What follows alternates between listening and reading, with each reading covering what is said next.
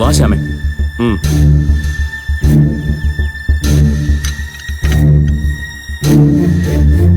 അവിടെ നിന്നേ.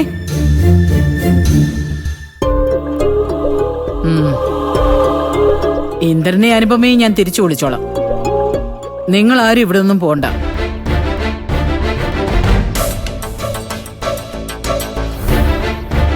ഞാൻ എന്തെങ്കിലും ചെയ്തിട്ടുണ്ടെങ്കിൽ അതൊക്കെ ഞാൻ ജന്മം നൽകിയ എന്റെ മക്കൾക്ക് വേണ്ടിയാ. നിങ്ങൾക്കത് മനസ്സിലാക്കാൻ പറ്റുന്നില്ലെങ്കിൽ പിന്നെ ഞാൻ എന്ത് ചെയ്യാനാ? ഞങ്ങൾ അമ്മയുടെ മക്കളാണെങ്കിലും അമ്മയുടെ രക്തത്തിലെ സ്വാർത്ഥത ഞങ്ങൾക്ക് കിട്ടിയിട്ടില്ല. ഞങ്ങൾക്ക് ഞങ്ങളുടെ ഏട്ടനുണ്ടാക്കിയ സ്വത്തല്ല വേണ്ടത്, ഞങ്ങളുടെ ഏട്ടനെയാ വേണ്ടത്. കുട്ടിക്കാലം മുതലേ ഞങ്ങളെ ചേർത്ത് പിടിച്ചൊപ്പം നടത്തിയ ഞങ്ങളുടെ കൂടെപ്പിറപ്പിനെ. അമ്മ ഏട്ടനെ ഏട്ടത്തെയും തിരിച്ചു വിളിക്കാൻ തയ്യാറാണെങ്കിൽ അതൊരു നല്ല തീരുമാനം തന്നെയാ. പക്ഷേ അത് എന്ത് ഉപാധിയായിരിക്കും കൂടി അറിയണം. ഓ, അതൊക്കെ എന്തിനാ നിങ്ങൾ അറിയുന്നത്?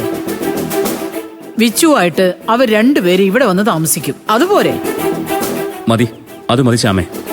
ഇന്ദ്രേട്ടൻ തിരിച്ചു വരാൻ തയ്യാറായാൽ മാത്രം മതി. ഉപാധികൾ എന്താണെന്ന് അവർ വന്നാൽ നമുക്കറിയാൻ കഴിയുമല്ലോ. ബാക്കി അപ്പം നോക്കാം. വാ.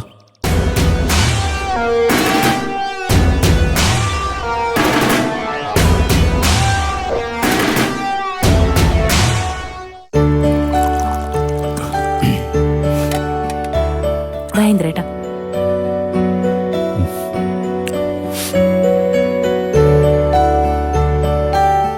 ഞാനൊന്ന് ഇറങ്ങട്ടെ. ശരി ഇന്ദ്രേട്ടാ, ഉച്ചയ്ക്ക് കഴിക്കാൻ വരുമല്ലോ അല്ലേ? ഒരു ലോഡ് വരാനുണ്ട്. അത് ഉച്ച സമയത്തിന് എത്തുവാണെങ്കിൽ കുറച്ച് വൈകും, അല്ലെങ്കിൽ ഞാൻ നേരത്തെ വരും.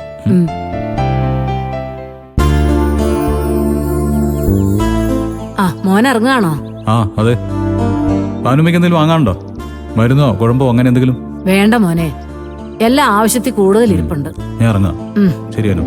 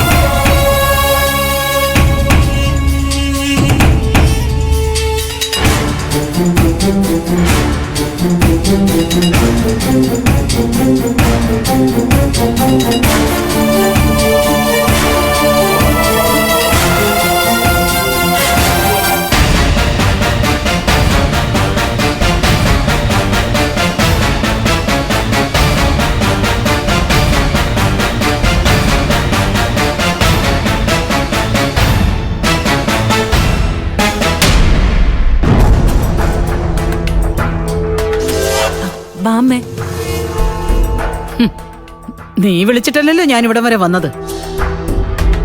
ഇനി അകത്തേക്ക് വരാനും എനിക്ക് ആരുടെയും ക്ഷണമൊന്നും വേണ്ട.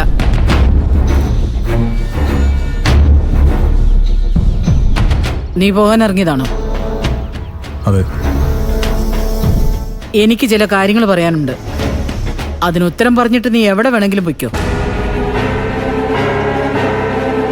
നാട് നീളെ കടവും വരുത്തി വെച്ച് പറക്കം പറ്റാത്ത 3 പിള്ളേരെയും തലയിൽ വെച്ച് തന്നിട്ടാ എന്റെ കെട്ടിയും പോയത്.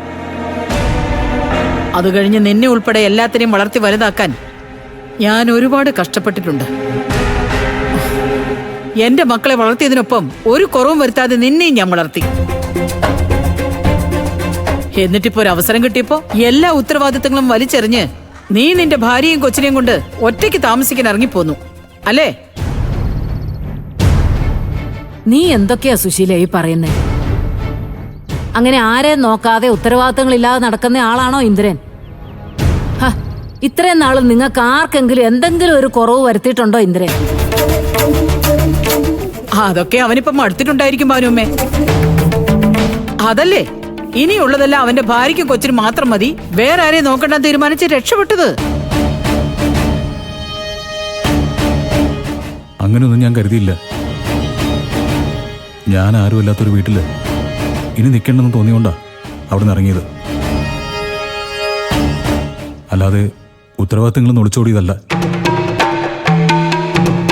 അമ്മേ, അതെ, ഇന്ദ്രേട്ടന് എന്തുമാത്രം സങ്കടം അനുഭവിച്ചു എന്ന് അമ്മയും കണ്ടതല്ലേ.